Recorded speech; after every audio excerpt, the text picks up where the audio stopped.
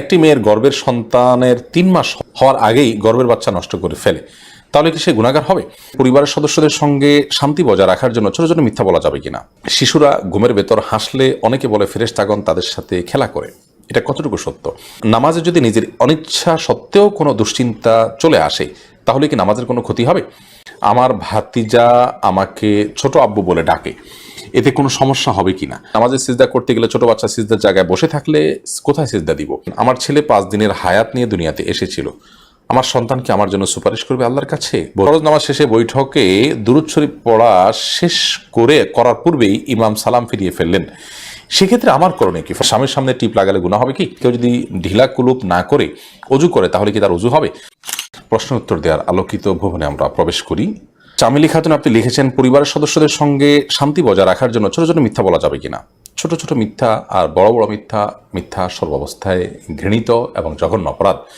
এটি মৌলিকভাবে করা যাবে না। তবে দুজনের মধ্যকার বিবাদ মেটাবার জন্য যদি মিথ্যা বলতে হয়, একজনের কাছে গিয়ে অন্যজনের ব্যাপারে ইতিবাচক কথা, এমন কোনো কথা বলা যাতে করে তাদের মধ্যে সম্পর্কটা জোড়া লাগে, তো সেটাকে শরিয়া জায়েজ রেখেছে। পরিবারের সদস্যদের মধ্যে যদি এরকম কোনো পরিস্থিতি তৈরি হয়, তাহলে সেক্ষেত্রে ওই ধরনের মিথ্যা কথা বলা জায়েজ আছে। এছাড়া আপনি খেয়াল খুশি মতো আপনি মিথ্যা বললেন পরিবারের সদস্যদের মধ্যে, তথাকথিত শান্তি বজায় রাখার জন্য এটি জায়েজ নয়। বরং সত্যবাদিতার অভ্যাস আমাদের মধ্যে গড়ে তুলতে হবে। মিথ্যা আজ আমাদের রন্ধ্রে ঢুকে গেছে, যার কারণে আমরা আমাদের কেনাকাটা, আমাদের কাজকাম, আমাদের শিক্ষা জীবন, আমাদের শিক্ষকতার জীবন, আমাদের কর্মজীবন, আমাদের জীবনের প্রতিটা ক্ষেত্রে আজ মিথ্যার সয়লাভ হয়ে গেছে।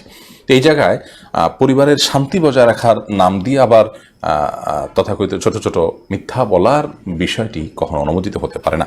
মোহাম্মদ জাহাঙ্গীর সানা, আপনি লিখেছেন, শিশুরা ঘুমের ভেতর হাসলে অনেকে বলে ফেরেশতাগণ তাদের সাথে খেলা করে, এটা কতটুকু সত্য?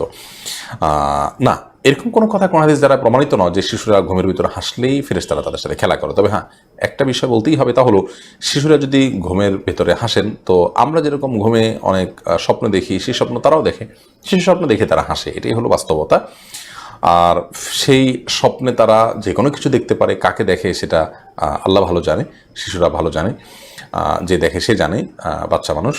তো এই হাসিটা আমাদের ঘুমের মধ্যেও তো আমরা হাসি বা কান্না করে উঠি বা ভয় পাই বা আনন্দ পাই।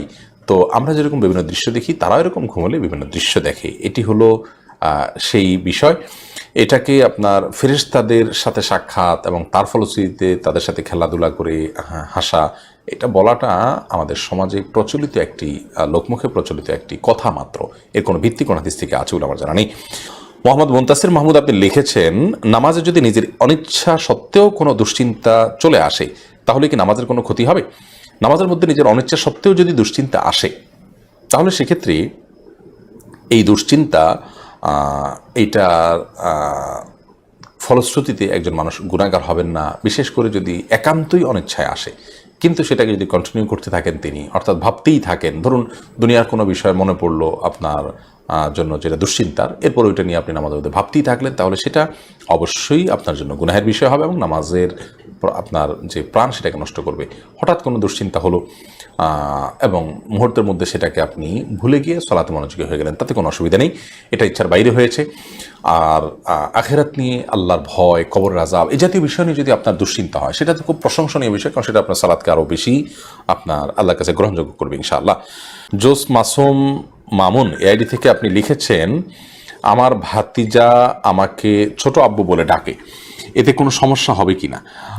দেখুন, আপনার ভাতিজা যদি আপনাকে ছোট আব্বু বলে ডাকে, তাহলে সেক্ষেত্রে মৌলিকভাবে কোনো অসুবিধা নেই, কারণ আমাদের দেশে অনেক এলাকাতে চাচাকে ছোট বাবা বলা হয়। ছোট বাবা বলা হয় এটা রূপক অর্থে, তাকে সত্যিকারের পিতা মনে করে বাবা বলা হয় না।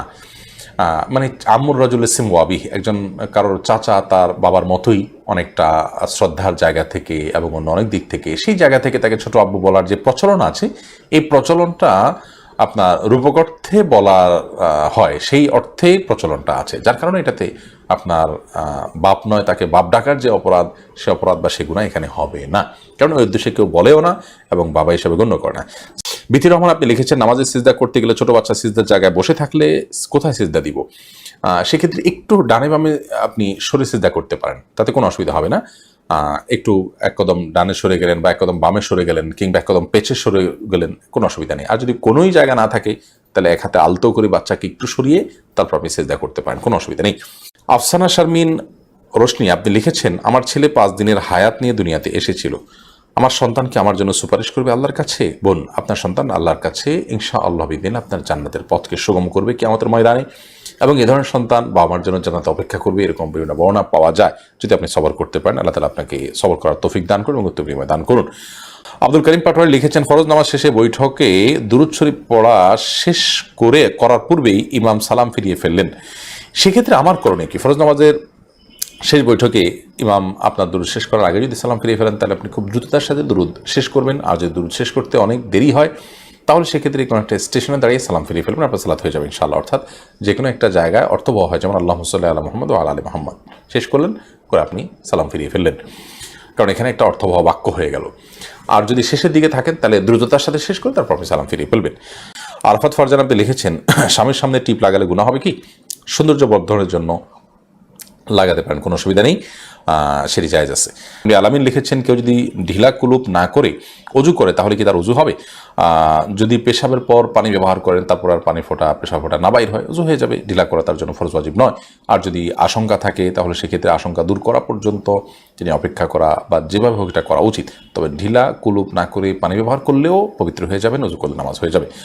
উম্মে সালমা আপনি লিখেছেন, এখনকার মেয়েরা সরাসরি বলে শ্বশুর শাশুড়ির সেবা যত্ন করা আমার জন্য ফরজ না, আমি কিছু করতে পারবো না, এটা কতটুকু যুক্তিযুক্ত?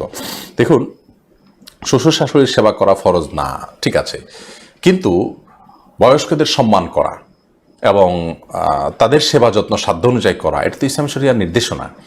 আপনি যদি বড়দের আপনি যথাযথ সম্মান না দেন, তাদের সম্মানের অংশ হিসেবে তাদের প্রয়োজনীয় সেবাটুকু যদি আপনি না করেন, একেবারে অপারগতা শিখা আপনি কথা বলেন, অপারগতার কথা জানান, তাহলে সেক্ষেত্রে এটা সন্দেহাতীতভাবে আপনার ভুল। আমাদের অনেক বোনরা আজকাল এই কাজটি করছেন। আপনি এখন শ্বশুর হবেন, শাশুড়ি হবেন, তখন পুত্রবধূ আপনাকে স্নেহ করুক, মমতার পরশ দিয়ে আপনাকে আগলে রাখুক এবং আপনাকে ন্যূনতম সেবাটুকু দেখে, এটা কিন্তু আপনি চাইবেন, আপনার ভালো লাগবে এই বিষয়টা, সেটি মাথায় রেখে আপনার এটি করা উচিত। শ্বশুর শাশুড়িরও এক্ষেত্রে তাদেরকে কাজের মেয়ে হিসেবে ট্রিট করা, তাদের কাছ থেকে একেবারে সব তারাই করে দিবে, এমনকি নিজের মেয়েটা বসে থাকবে তারাই সব করবে, এরকম মানসিকতা তাদেরও বর্জন করা উচিত। কারণ শরীয়তে সে নির্দেশ নয়। নিজের সন্তানরা তার জন্য মূল সেবাটা করবেন, পাশাপাশি পুত্রবধূরাও চেষ্টা করবেন তাদের জায়গা থেকে সেবা দেওয়ার। বিশেষ করে স্বামী যিনি সংসার উন্নতির জন্য অনেক কষ্ট করে চলেছেন, তিনি এত কষ্ট না করলেও পারেন শরিয়ার দৃষ্টিকোণ থেকে, তারপর তিনি করছেন স্ত্রী এবং সন্তানদের উজ্জ্বল ভবিষ্যতের জন্য। তো তার বাবা মাকে তার অ্যাবসেন্সে দেখে শুনে রাখা, এটা তো নৈতিক দায়িত্বের অংশ। বিধায় শরিয়ার দৃষ্টিকোণ থেকেও আপনি হাল জাযাউল ইহসান ইল্লাল ইহসান, কোরআনে যে আল্লাহ বলেছেন এহসানের বিনিময়ে আপনি এহসান করা উচিত। তার স্বামী আপনার জন্য এহসান করছেন, আপনিও তার প্রতি এহসান করুন, তার বাবা মার প্রতি আপনি সেবা যত্ন করার মাধ্যমে। সেটুকু আমাদের মধ্যে থাকতে হবে। এটা যদি না থাকে তাহলে অমানবিকতা বা আপনার অসৌজন্যতা, অভদ্রতা এবং বড়দের প্রতি সম্মান প্রদর্শন না করা, এগুলো কখনো মুমিনের চরিত্র নয়। বিধায় শুধুমাত্র আইন দিয়ে, ফরজ ওয়াজিব দিয়ে সব কিছু চালানোর চেষ্টা করা উচিত নয়। ফরজ ওয়াজিবের বাইরে নফল, সুন্নাহ, মুস্তাহাব এবং ইমানদারের জন্য উত্তম এবং সবের কাজ বলতেও তো কিছু আছে, সেটাকে যদি আপনি সম্পূর্ণ ডিনাই করে চলেন তাহলে আপনি কিসের মুসলমান হলেন? বিধায় এ ধরনের আপনার ঔদ্ধত্যপূর্ণ কথা কোনোভাবেই গ্রহণযোগ্য নয়। আবার যেমনটি বললাম যে পুত্রবধূকে বা নিজের স্ত্রীকে আপনার শ্বশুর শাশুড়ির খেদমত করতে বাধ্য করা বা তাদেরকে কাজের লোকের মতো করে ট্রিট করা, সেটি কিন্তু তাদের প্রতিও অন্যায়। বিধায় উভয়কে ব্যাপারে লক্ষ্য রাখতে হবে। পুত্রবধূরাও শ্বশুর শাশুড়ির খেদমত করার জন্য আপ্রাণ চেষ্টা করবেন, ভালোবাসা স্নেহ পরশ দিবেন। তারা ভুলভাল উল্টাপাল্টা কিছু করলেও সেটাকে দেখে না দেখার ভান করবেন, তাদের বয়সের যে আপনার সমস্যা সেটা হিসাবে দেখবেন। আবার শ্বশুর শাশুড়ি এবং স্বামীর তরফ থেকেও তাদের ব্যাপারে আন্তরিকতা থাকতে হবে, তারা হলে কখনো একটা সুখী পরিবার গড়ে উঠবে না। হাবিব রাজ আপনি লিখেছেন, আমার মামাতো বোন আমার বয়সে 5 মাসের বড়, আমি কি তাকে বিয়ে করতে পারবো? দেখুন, যিনি বয়সে বড় তার সাথে বিবাহ বন্ধনে আবদ্ধ হওয়া মৌলিকভাবে জায়েজ আছে, এটি কোনো নাজায়েজ বা হারাম কোনো বিষয় নয়। আমাদের সমাজে এটাকে দোষণীয় মনে করা হয়, সেটা আমাদের সমাজের দোষ বলতে পারেন। শরিয়াত এটাকে যাকে আপনার নিষিদ্ধ করেনি, বিধায় বয়সে বড়র সাথে বিবাহ বন্ধনে আবদ্ধ হতে পারেন। বিশেষ করে নবী করিম সাল্লাল্লাহু আলাইহি সাল্লাম তিনি নিজেও খাদিজা রাদিয়াল্লাহু তাআলা আনহাকে বিয়ে করেছেন, তখন খাদিজা রাদিয়াল্লাহু তাআলা আনহা বয়স তার চাইতে বেশি ছিল। তো এখান থেকে বোঝা যায় নিজের চাইতে বয়সে বড় কাউকে বিয়ে করাটা শরিয়া দৃষ্টিকোণ থেকে মৌলিকভাবে অনুমোদিত। এটাকে দোষণীয় মনে করাটা বরং দোষের বিষয়। আমাদের শরিয়াতে এত ফ্লেক্সিবল রেখেছে এই বিষয়গুলোতে, অথচ আমরা সেগুলোকে অনেক বেশি আপনার সংকুচিত করে ফেলছি, এবং যার ফলশ্রুতিতে নানা রকমের অপরাধ প্রবণতা কিন্তু আমাদের সমাজে বেড়ে চলেছে। মাইদুল ইসলাম সুবর্ণ আপনি লিখেছেন, একটি মেয়ের গর্ভের সন্তানের 3 মাস হওয়ার আগেই গর্ভের বাচ্চা নষ্ট করে ফেলে, তাহলে কি সে গুনাহগার হবে? গর্ভের বাচ্চা নষ্ট করা সর্বাবস্থায় অপরাধের কথা, কিন্তু যদি সন্তানের মধ্যে হার্টবিট বা প্রাণ সঞ্চারিত হওয়ার আগেই আপনার কোনো এমন ওজরের ভিত্তিতে সেটি নষ্ট করা হয় যে ওজরটি শরিয়া গ্রাহ্য, যেমন তার ফলশ্রুতিতে মার শরীর বা জীবনের মধ্যে হুমকি আছে, বা বড় কোনো বিপদ হতে পারে, বা বড় কোনো সমস্যা আছে, এরকম কোনো ওজরের ভিত্তিতে যদি এটা করে, তাহলে সেটা ক্ষেত্র বিশেষে ওজরের উপর নির্ভর করে সেটা জায়েজ হতে পারে। আর এমনিতে মনে চাইলো আর সন্তান নষ্ট করে ফেললো সামান্য ঠুনকো অজুহাতের ভিত্তিতে এটি জায়েজ হবে না, এর ফলশ্রুতিতে মানুষ গুনাহগার হবে।